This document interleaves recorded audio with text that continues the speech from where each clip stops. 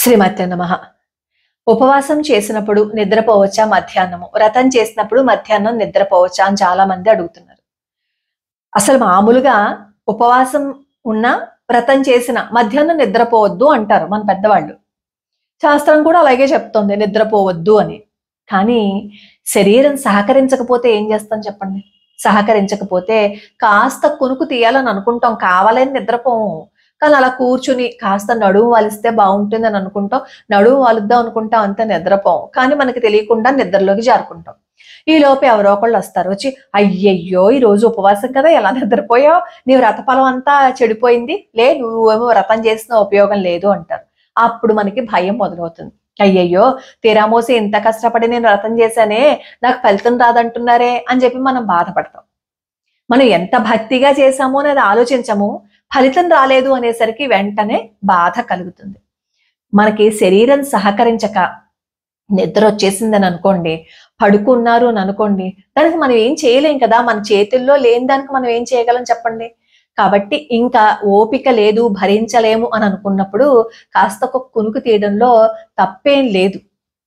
కాబట్టి భయపడకండి, వెంటనే అమ్మవారి దగ్గరికి వెళ్ళిపోండి. అమ్మ నాకు తెలియదు, నేను నిద్రపోయాను, నాకు తెలియదు, నాకు ఓపిక లేదు, నాకు తెలియకుండానే నిద్ర వచ్చేసింది, నన్ను క్షమించమ్మా అని చెప్పి ఒక మాట అనేయండి. అనేస్తే అమ్మే చూసుకుంటుంది. నువ్వు ఎంత భక్తిగా ఆవిడ పాదాలు పట్టుకున్నావు అనేది అమ్మ చూస్తుంది. నువ్వు సంప్రదాయాన్ని పాటిస్తూ ఆచారాన్ని పాటిస్తూ అమ్మను పట్టేసుకో, అంతే. ఇంక అమ్మ ఏమీ ఇంకా ఆలోచించదు. పట్టేసుకున్న ఆ చేతుల్ని అమ్మ ఎప్పుడు వదిలించుకోదు, అలాగే పట్టుకుని మనల్ని జాగ్రత్తగా కంటికి రెప్పల్లాగా కాపాడుకుంటుంది. సరే, చాలా మంది ఏమడుగుతున్నారు అంటే, అభిషేకం చేయించుకోవాలంటే మేము ఇంకా ద్రవ్యాన్ని పంపించాలని అనుకుంటున్నాము అని అన్నారు.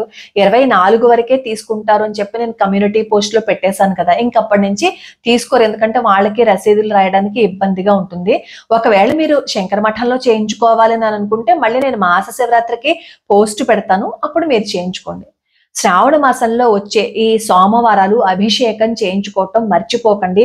ఒకవేళ మీకు చేయించుకోవటం కుదరకపోతే కనీసం మీ ఇంట్లో అయినా సరే పొద్దున్నేమో విష్ణుమూర్తిని, సాయంత్రం ఏమో పరమేశ్వరుణ్ణి మీరు స్మరణ చేసుకుంటూ ఉండండి.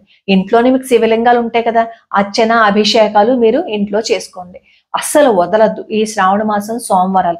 మనకి శ్రావణ మాసంలో మంగళ శుక్రవారాలు ఎంత ప్రశస్తమైనవో సోమవారం కూడా అంతే. సోమవారం నాడు అభిషేకాలు చేయించుకుంటే ఎటువంటి ఇబ్బంది నుంచైనా మనం బయటపడిపోతాం. ముఖ్యంగా ప్రతి నెల మాస శివరాత్రికి మీరు మర్చిపోకుండా అభిషేకం చేయించుకోవటం మొదలు పెడితే తెలియకుండానే జీవితంలో ఎన్నో మార్పులు వస్తూ ఉంటాయి. పిల్లలు ఎవరైనా సరే సరిగ్గా చదువుకోవట్లేదు అని అనుకున్నట్లయితే ఈ శ్రావణ మాసంలో ఈ శ్రావణ సోమవారాలు మల్లె పూలతో గనక పరమేశ్వరుణ్ణి అర్చన చేసినట్లయితే అద్భుతంగా పిల్లలు చదువులో రాణిస్తారు. కాబట్టి అస్సలు వదలకుండా ఈ శ్రావణ మాసంలో 30 రోజులు మీరు శివనామస్మరణ చేస్తూ పరమేశ్వరుడికి అభిషేకాలు చేయించుకుంటూ మీకు ఎంత వీలైతే అంత భగవంతుడికి దగ్గరగా ఉండడానికి ప్రయత్నించండి.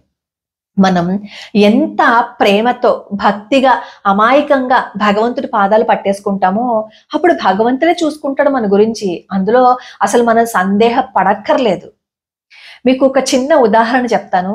నాట్య సమత్తాండి అని కంచిలో ఒక ఆయన ఉంటారు. ఆయన ఒకసారి పరమేశ్వరుని చూడడానికి శివాలయానికి వెళ్తారు.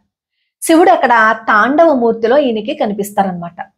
ఎంత అమాయకమైన భక్తి చూడండి. ఈయన ఆ రూపాన్ని చూసి వెంటనే అదేంటి, ఒక కాలు కింద పెట్టారు, ఇంకో కాలేమో ఆకాశంలో పెట్టారు, ఆ వేళ్ళేంటి, ఆ చేతులేంటి, ఆ జుట్టు ఏంటి, ఏంటి ఆ శబ్దం వస్తుంది అని చెప్పి గబగబా అక్కడున్న అర్చకుడి దగ్గరికి వెళ్ళి ఏంటి నా శివ ఇలా ఉన్నాడు, ఒక కాలు ఆకాశంలోకి పెట్టాడు, ఇంకో కాలేమో నేల మీదకి పెట్టాడు, ఆ కాలు కింద ఆందా అని అడుగుతాడు. ఆ అర్చకుడికి అర్థమైపోతుంది, వచ్చిన వాడు ఎవడో పూర్తిగా అమాయకుడు అని చెప్పేసి అతన్ని మోసం చేయాలని అనుకుంటాడు. అవునవును, శివుడికి వాతరోగం వచ్చింది, వైద్యం నేనే చేయించాలనుకున్నాను, కానీ చేయించేంత డబ్బు నా దగ్గర లేదు అంటాడు.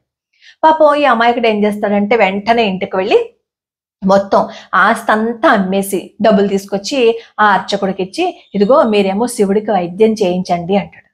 వెంటనే ఆ అర్చకుడు అంటాడు, సరే నువ్వు ఇక్కడే కూర్చొని చెప్పి పెద్ద గుండు గోగుడు తెచ్చి ఏవో ఆకులు అవన్నీ వేసి బాగా మరగబెట్టేసి ఆ నూనెమో అతనికి ఇచ్చి, ఇగో నువ్వు రాయి, రోజు రాస్తేనేమో శివుడికి వాతరోగం తగ్గిపోతుంది అంటాడు. పాపం నమ్మేస్తాడు. ప్రతిరోజు ఆ నూనెను మర్దన చేస్తూ ఉంటాడనమాట శరీరంలో, తల వెంట్రుకల దగ్గర నుంచి పాదాల వరకు. అలా ఒక్కొక్కటి స్పృశిస్తూ ఎంత బాధపడిపోతూ ఉంటాడో, శివానికి రోగం వచ్చిందా, ఎందుకయ్యా, ఏం చేసావయ్యా, నీకు రోగం వచ్చింది అంటూ మదన పడిపోతూ బాధపడిపోతూ ఎప్పుడు తగ్గుతుందా అని ఎదురు చూస్తూ ఆ నూనెను రాస్తాడు. నూనె అయిపోయింది కానీ కాలు కింద పెట్టలేదు. అరే తాండవమూర్తి కదా ఆయన, ఎలా ఆయన 2 కాళ్ళు నేల మీద పెడతారు తాండవం చేసేటప్పుడు? అది కూడా ఆయన ఆలోచించే స్థితిలో లేరు. ఎంతసేపు పరమేశ్వరుడు కాలు పైనుండిపోయిందే, ఆ కాలు అలా పైనుండిపోవడం వల్ల ఎంత నొప్పెడుతుందో, ఎంత బాధపడుతున్నాడో, ఇదే ఆయన మనసులో ఉంది, ఆ భక్తుడి మనసులో. సరే ఈసారి ఏం చేస్తాడంటే, ఉన్న ఆస్తి అంతా మరి ఇచ్చేసాడు కదా, ఇంకేముంది, మళ్ళీ నూనె మరగబెట్టుకోవడానికి తన దగ్గర డబ్బులు. అందుకని ఇతను ఏం చేస్తాడంటే, కాస్త నూనెని మళ్ళీ తనే కొనుక్కొని వచ్చి కొన్ని ఔషధ మూలికలు అవన్నీ తెచ్చి మళ్ళీ నూనెలో మరగపెట్టి ఆ నూనెనేమో పరమేశ్వరుడికి రాస్తాడు. రాస్తున్నంతసేపు కళ్ళలోంచి నీళ్లు కారిపోతూ ఉంటాయి. ఏంటి శివ, నీకు ఇలా వచ్చిందా, నీకు ఎప్పుడు తగ్గుతుంది శివ అంటూ ఎంత ప్రేమని కురిపిస్తూ రాస్తూ ఉంటాడు. సరే ఆ నూనె కూడా అయిపోతుంది. మళ్ళీ పరమేశ్వరుడికి యథారూపం రాలేదు. ఆయన దృష్టిలో ఏంటంటే, భక్తుడి దృష్టిలో శివుడు ఎలా ఉండాలి, అందరిలాగే 2 కాళ్ళు నేల మీద పెట్టి ఉండాలి. కానీ ఒక కాలు ఆకాశంలో ఉంది. ఎలాగా, అదే అతని తపన. సరే అప్పుడు ఏమనుకుంటాడంటే, సరే మొండు వ్యాధులకి మహామాయావి అనే కదా మందు ఉంటుంది, సరే నేనే నా శరీరాన్ని ఇచ్చేస్తాను, అప్పుడైనా నీ రోగం తగ్గుతుందేమో, శరీరానికి శరీరమే మందు అని చెప్పి ఆ నూనె మరగబెడుతూ తనలోకి దూకిపోతాడు. ఈ లోపు పరమేశ్వరుడు ప్రత్యక్షమైపోతారు. ఏం చేస్తున్నాడు, పరమేశ్వరుడు అక్కడ ప్రత్యక్షమవుతాడు. ఆయన చూసిన వెంటనే నాట్య సమర్థాడు ఎంత ఆనందపడిపోతారో, ఎంత ఉప్పొంగిపోతారో. ఎందుకంటే ప్రత్యక్షమైనప్పుడు ఆయన 2 కాళ్ళు భూమి మీద ఉన్నాయి కాబట్టి. శివ శివ, నీకు వాతరోగం తగ్గింది కదా, నీకు కాళ్ళు బాగా అయిపోయాయి. చూడండి ఆయన తపన. పరమేశ్వరుడు ప్రత్యక్షమయ్యాడు, ఆయన వరాన్ని కోరుకోవాలి, ఆయన ఏదో అడగాలి, ఇదేం లేదు మనసులో.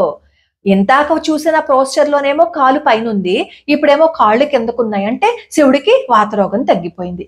అది ఆ ఆలోచన చూడండి, ఆ భక్తి చూడండి, ఆ ప్రేమ చూడండి. అప్పుడు అడుగుతాడు, ఏంటి శివ, నీకేమైంది, నీ ఒక ఆతరోగం వచ్చిందంట కదా, కాలు పైన పెట్టావు, ఎందుకు అలా ఉన్నావు అని చెప్పి పాపం చాలా అమాయకంగా అడిగితే, అప్పుడు పరమేశ్వరుడు చెప్తాడు, నేను తాండవం చేస్తున్నప్పుడు అలానే కదా ఉంటాను, అమ్మవారు దేవతలు అందరూ నా నృత్యం చూడడానికి వస్తారు, నువ్వు నన్ను అలాగే చూసావు కాబట్టి నాకేదో వచ్చిందని అనుకున్నావు, నేను తాండవం చేస్తున్నప్పుడు ఇలానే ఉంటానని చెప్పి పరమేశ్వరుడు చెప్తారు.